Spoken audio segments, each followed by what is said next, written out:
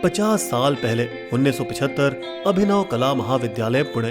एक professor class में दाखिले होने वाले थे कि पीछे की बेंच पर बैठा एक लड़का एक बेंच से दूसरी बेंच कूदता हुआ आया, फिर दरवाजे की ओर दौड़ा, हाथ में एक धारदार चाकू लिए। प्रोफेसर इतना डर गए कि कांपते हुए बोले, तुम ये क्या कर रहे हो? मैं तुम्हें कॉलेज से बाहर फेंकवा दूंगा। लेकिन ये अजीबोगरीब लड़का चाकू को और तेज तेज हवा में हिलाकर प्रोफेसर को डराने लगा और आखिरकार इसने प्रोफेसर को भागने पर मजबूर कर दिया। इसके बाद ये लड़का क्लास के सामने खड़ा होता है जैसे कि कोई हीरो वाला कारनामा दिखाया हो, और शायद वो चाहता भी यही था, मगर उसकी इस हरकत से क्लास के बच्चे उसे डर वाली बड़ी बड़ी आंखों से देखने लगे।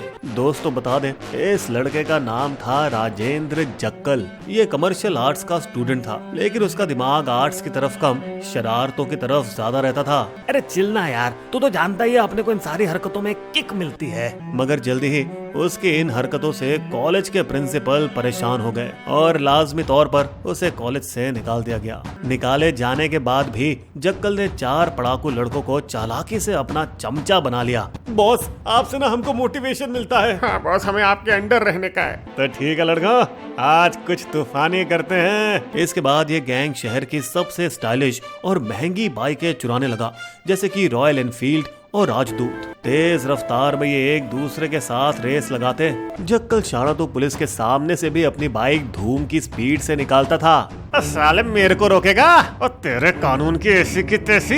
लेकिन फिर जब इनकी बाइक का पेट्रोल खत्म हो जाता था तो वे उसे किसी सुनसान जगह पर फेंक देते थे और भाग निकलते थे। इसके बाद इन लड़कों ने खुलेआम कॉलेज में शराब पीना शुरू कर दिया, जिससे वहाँ का शांत माहौल बिगड़ गया। ये पूरी तरह से बदमाश बन चुके थे और दूसरे स्टूडेंट से लड़ते थे, झगड़ते थे, यहाँ तक कि लड़कियों को भी तंग किया करते थे। ये सब 2 साल तक बिना रोक टोक के चलता रहा, जब तक कि उनकी जिंदगी मार्च 1977 में बदल नहीं गई, जिस समय उनके कॉलेज बैचमेट का छोटा भाई अनिल गोखले गायब हो गया। दोस्तों, यहाँ एक अजीब बात थी। ये बदमाश लड़के जो कभी किसी की परवाह नहीं किया करते थे, अब पुलिस स्टेशन के चक्कर लगा रहे थे, और जब पुलिस ने कोई एक्शन नहीं लिया तो ये बदमाश कंपनी उन्हें गुस्से में गालियां देने लगी। तुम सभी लोग बेकार हो, कुछ नहीं कर सकते।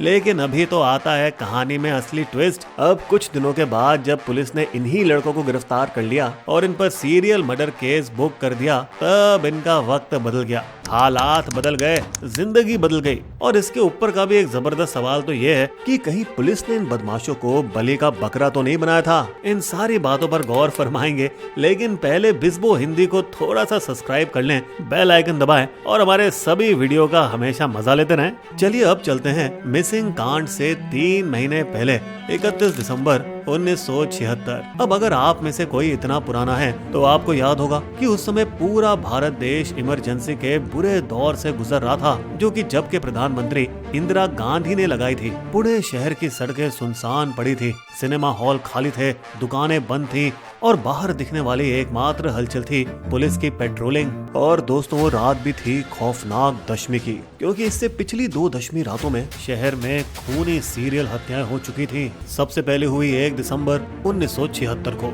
जब हत्यारे गैंग ने अभयंकर परिवार को मार डाला। पूरे परिवार और नौकरानी का गला घोंटकर बेरहमी से हत्या की। दोस्तों, यही नहीं, उन्होंने उस परिवार की 21 साल की लड़की की कपड़े उतार कर हत्या की।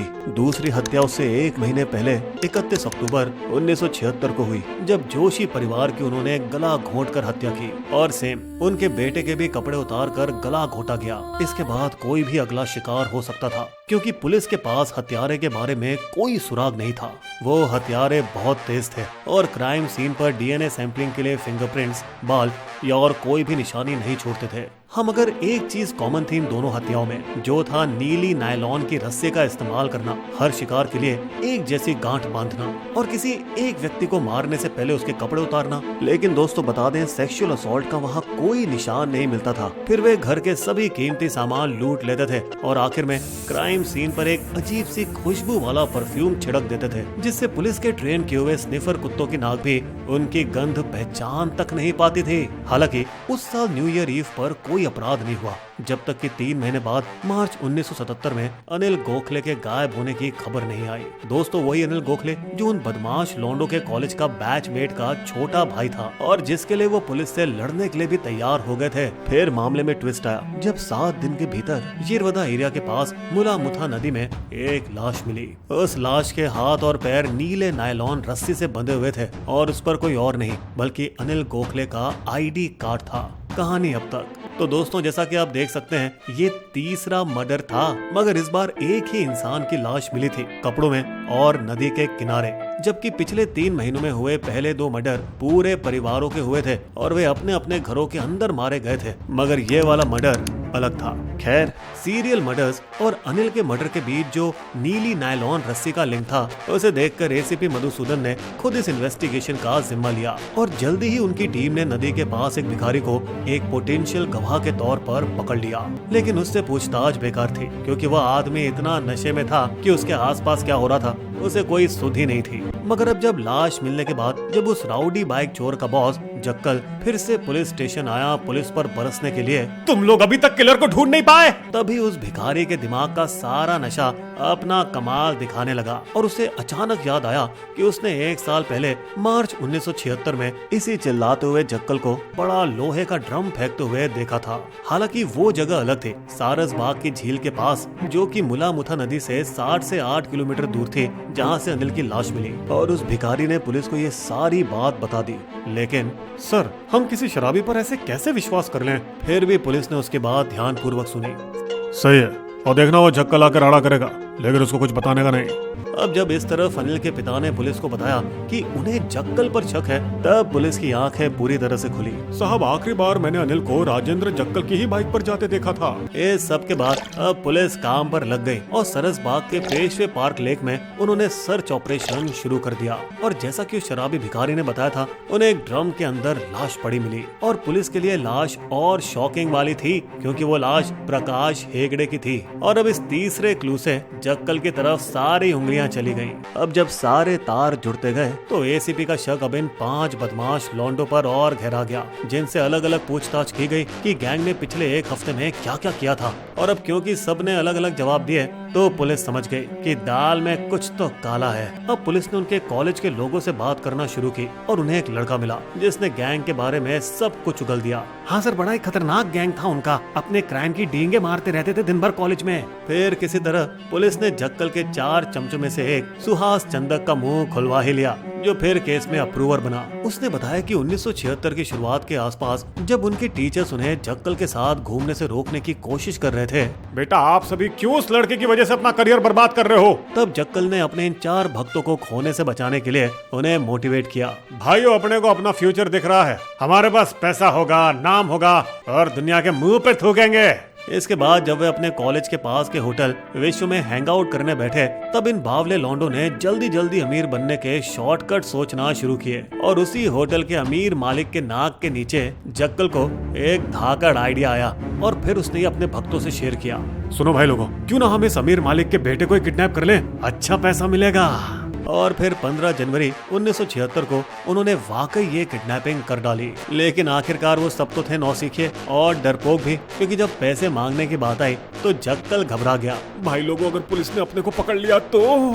लेकिन दोस्तों अब सवाल यहाँ ये था कि प्रकाश का क्या होना था, जो अब उनके चेहरे पहचान चुका था। क्या होना था? जक्कल ने अपने होश और अक्ल दोनों खो दिए और उस बेचारे प्रकाश को उन्होंने मार डाला। फिर उसकी लाश पेशवे पार्क की झील सारस बाग में फेंक दी। इसके बाद डर के मारे वो गैंग अगले 6 महीनों के लिए छुप गया। मगर फिर जब पुलिस उनके पीछे नहीं आई और फाइल बंद कर दी गई, तो इस बदतमीज जक्कल और उनके लॉन्डो का कॉन्फिडेंस वापस आ गया और अब वे सभी उस प्रकाश की घबराहट में हत्या करने के बाद खून के प्यासे बन चुके थे। अब पहला प्लान था महाराष्ट्र के कोल्हापुर जाकर एक तेल व्यापारी का बंगला लूटना। लेकिन ये नौसिखे क्रिमिनल फिर भी घबरा गए जब उन्होंने वहाँ की टाइट सिक्योरिटी देखी। तो वे पुणे वापस आ गए और ऐसे अमीर घर ढूंढने लगे जहाँ सिक्योरिटी ज्यादा ना हो। तो उनको मिला एक जोशी परिवार का घर, जो कि उनके लिए परफेक्ट था। वहाँ उन्होंने चांदी की मूर्तियाँ लूटी और पूरे परिवार को बेरहमी से मार दिया। ये सब के बाद जक्कल के चमचे तो उसकी वाहवाही करने से खुद को रोक ही नहीं पा रहे थे। क्या बात है बॉस, सच्ची एक मजा आ नंबर। गया यार, क्या हमें बताएं पैसा भी बॉस। मिला